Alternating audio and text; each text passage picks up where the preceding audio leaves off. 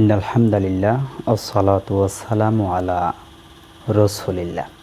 কাছে এবং দূরে, দেশে এবং দেশের বাইরে যারা যেখান থেকেই জালালি এমটিভিতে যুক্ত হবেন সকলকে জানাচ্ছি আন্তরিক প্রীতি ও শুভেচ্ছা। প্রিয় দর্শক শ্রোতা, আজকে আপনাদের সামনে আমি হাজির হয়ে গেছি মাওলানা মোহাম্মদ শরীফুল ইসলাম জালালি। আজকের আলোচনার বিষয়বস্তু হচ্ছে আশিক জিন সম্পর্কে আলোচনা। আসলেই জিন ও জাদুর এই জগৎটাকে এক একজন এক একভাবে এটাকে কন্ট্রোল করে থাকে, এক একজন এক একভাবে এটা ট্রিটমেন্ট করে থাকে, এক একজন এক একভাবে এটাকে মন্তব্য করে থাকে। তো আসলেই জিনদের যে কোয়ালিটি, সেই কোয়ালিটি ভেদে তাদেরকে নাম দেওয়া হয়। যেমন আশিক জিন, ঠিক আছে, যে সমস্ত জিন্নাত মহিলাদের প্রতি আসক্ত থাকে অথবা মহিলা জিন্নাত পুরুষদের প্রতি আসক্ত থাকে, সচরাচর এই জিনগুলোকে আশিক জিন বলা হয়। তো আশিক জিন যদি কারো উপর থাকে বা কারো উপর আসর করে অথবা আশিক জিন যাদেরকে দৃষ্টি করে, মোট কথা তাদের কি কি সিমটম হতে পারে এবং এর থেকে বাঁচার কি উপায় হতে পারে, ইনশাআল্লাহ খুব সংক্ষেপে আমি আপনাদেরকে আজকে বলার চেষ্টা করব। তো প্রিয় দর্শক শ্রোতা, আসলে আশিক জিন এগুলো হচ্ছে মূলত যে রুগী তাকে সে পছন্দ করে, সেটা হচ্ছে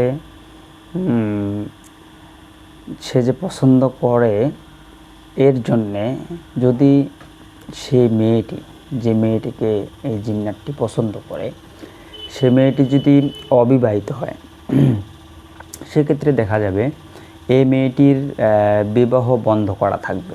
অর্থাৎ যে জিনগুলো থাকবে, এই জিন্নাতগুলো কিন্তু এই মেয়েটির ফার্স্ট বিয়েটাকে বন্ধ রাখবে। কারণ এই জিন্নাতগুলো কিন্তু এই মেয়েটাকে ভালোবাসে বা পছন্দ করে, যার কারণে তারা কিন্তু এই মেয়ের বিবাহটাকে বন্ধ করে রাখবে, এক নাম্বার। তো সেই সূত্র ধরে দেখা যাবে অনেক আমরা এরকম আছি যাদের বিবাহ হয় না, হয়তোবা দেখতে পারেন তাদের আশিক জিনের সমস্যা থাকতে পারে, অথবা বিবাহ না হওয়ার আরেকটি উল্লেখযোগ্য কারণ থাকে, সেটা হচ্ছে আপনার যদি কেউ শত্রু থাকে, শত্রু পক্ষ থেকেও বিবাহটা অনেক সময় বন্ধ করে রাখা হয়।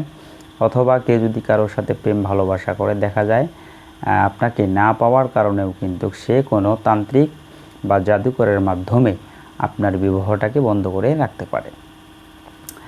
তো এই হলো এক নাম্বার, যে যদি রোগী অবিবাহিত হয় তাহলে ফার্স্ট তার বিবাহটাকে বন্ধ রাখে। 2 নাম্বার হচ্ছে তার সাথে ফিজিক্যালি ব্যবহার করে, যার কারণে যে সমস্যাগুলো হতে পারে, বিশেষ করে আপনার বিবাহিত হলেও এই সিমটমগুলো দেখা দিবে। সেটি হচ্ছে, আর বিবাহিতদের ক্ষেত্রে আরেকটা বিশেষ আলামত ভিন্ন, সেটা হচ্ছে যে বিবাহিত যারা, এদের প্রতি যদি আশিক জিনের উৎপাত থাকে, তাহলে দেখা যাবে যে স্ত্রী বা স্বামী এদের ভিতরে বিশেষ করে বনিবনার থাকবে না, ঠিক আছে। যে জিনগুলো থাকে এরা কিন্তু সেই মানে দুইজনের মধ্যে যে মহব্বত, এটা তারা কখনোই চাইবে না, অ্যালাউ করবে না। এই জন্যে স্বামী স্ত্রীর ভিতরে ছোটোখাটো বিষয় নিয়ে কিন্তু ঝগড়া লেগেই থাকবে, অশান্তি লেগেই থাকবে, ঠিক আছে। যে কোনো বিষয় নিয়ে সন্দেহ ঢুকাই দিবে, এভাবে স্বামী স্ত্রীর ভিতরে ঝগড়া লেগেই থাকবে। এই হচ্ছে বিবাহিত এবং অবিবাহিতের বিশেষ একটি দিক। দ্বিতীয়ত বিষয় হচ্ছে এরপরে বিবাহিত বা অবিবাহিত ভেদে যে সমস্যাগুলো চলে আসে, সেটা হলো বিশেষ করে মাসিকের সমস্যা আসে। মাসিক কন্টিনিউ হবে না, মনে করেন বন্ধ হলে 2-4-6 মাস হবে না, আবার হবে। আবার দেখা যায় ডাক্তারের ওষুধ খেলে হবে, আবার বন্ধ হয়ে যাবে। ডাক্তারি ওষুধ খেলে সেটা দেখা যাবে স্থায়ী হবে না। এই ধরনের সমস্যাগুলো দেখা দেবে। তারপরে আর একটা সমস্যা হচ্ছে আপনার অধিক পরিমাণের সাদা স্রাব যাবে আর কি, সাদা স্রাব যাবে। এটা যাওয়ার কারণে শরীর যে ক্যালসিয়ামের কিন্তু ঘাটতি এসে যায়। একটা মহিলা মানুষের শরীরে কিন্তু ক্যালসিয়াম যে থাকে, এদের ঋতুস্রাবের মাধ্যমে কিন্তু অনেক রক্ত বাইর হয়ে যায়। তো যা হোক, এটা আল্লাহ প্রদত্ত। তো যেটা সাদা স্রাব হয়ে থাকে, এই সাদা স্রাবটা কিন্তু যদি একটা মহিলা মানুষের অধিক পরিমাণের হয়, সেক্ষেত্রে কিন্তু এই মহিলাটা কী হয়ে যাবে, দিনে দিনে জীর্ণ শীর্ণ হয়ে যাবে, চোখগুলো একদম তলিয়ে যাবে, শরীরে শক্তি পাবে না, এক সময় হাত পা জ্বালা পোড়া ইত্যাদি এভরিথিং, অনেক রোগ তার ভিতরে কিন্তু বাসা বেঁধে নেবে। তো প্রিয় দর্শক শ্রোতা, তারপরে যে আশিক জিনগুলো যে সমস্যাগুলো করবে, তার ভিতরে হচ্ছে আপনার মনে করেন জরায়ুর সমস্যা তো অবশ্যই হয়ে যাবে। দীর্ঘদিন মনে করেন যে ঋতুস্রাবের গণ্ডগোল এবং সাদা স্রাব ইত্যাদি এই ধরনের হয়ে থাকলে এক সময় দেখা যায় যে তার কী হয়ে যাবে, আপনার জরায়ুর ক্যান্সার এসে যায়। তো এই আশিক জিনগুলো যখন এই সমস্ত মেয়েদের সাথে যখন সহবাস করে, তখন দেখা যায় কিন্তু সকালে দেখবেন তারা ঘুম থেকে উঠতে পারতেছে না, শরীর প্রচণ্ড ধরনের ব্যথা, এবং যেমন কিছু কিছু আশিক জিন আছে রোগীকে প্রহার করে, মারে, ঠিক আছে, পরের দিন দেখা যায় যে উঠতে পারে না, শরীরে অনেক দাগ হয়ে যায়। এই ধরনের আশিক জিনগুলো বিভিন্ন জনকে বিভিন্নভাবে টর্চার করে। তো আপনিও হতে পারেন একজন আশিক রোগী, হ্যাঁ, আশিক জিনে আক্রান্ত রোগী। তো আমি চাইবো, অনেক কবিরাজ দেখাই আছেন, অনেক হুজুর দেখাই আছেন, বা অনেক রুকাইয়াও করিয়েছেন, কিন্তু দেখা যায় আপনি পরিপূর্ণ ফলাফল পাননি।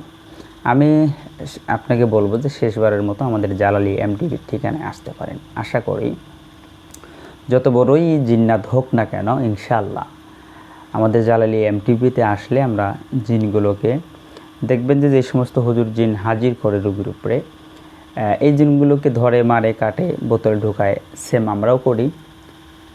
কিন্তু যে সমস্ত রোগীর উপর জিন হাজির হয় না, সেই জিনগুলো কিভাবে ধরবে? তারা বলে হ্যাঁ ধরে দিলাম, কিন্তু রুগী যা তাই। তো কারণ আমি বদনাম করতেছি না। তো বিষয় হলো, আমাদের জালালি এমটিভির এখানে আসলে ইনশাআল্লাহ জিনগুলোকে সঠিকভাবে ধরা হয়। যেগুলো হাজির হয় না, আমাদের ব্যক্তিগত জিনের মাধ্যমে তাদেরকে ধরে নিয়ে ইনশাআল্লাহ রুগীটাকে পরিপূর্ণ যেটা ট্রিটমেন্ট দেওয়ার আমরা এটা দেই। ইনশাআল্লাহ ভালো করার মালিক আল্লাহ, আমরাও ছিলেন। তো ইনশাআল্লাহ আপনাদের দোয়ায় অসংখ্য রুগী জালালি এমটিভি থেকে সুস্থ হয়েছে, আল্লাহ সুস্থ করেছে, আমরা চেষ্টা করেছি।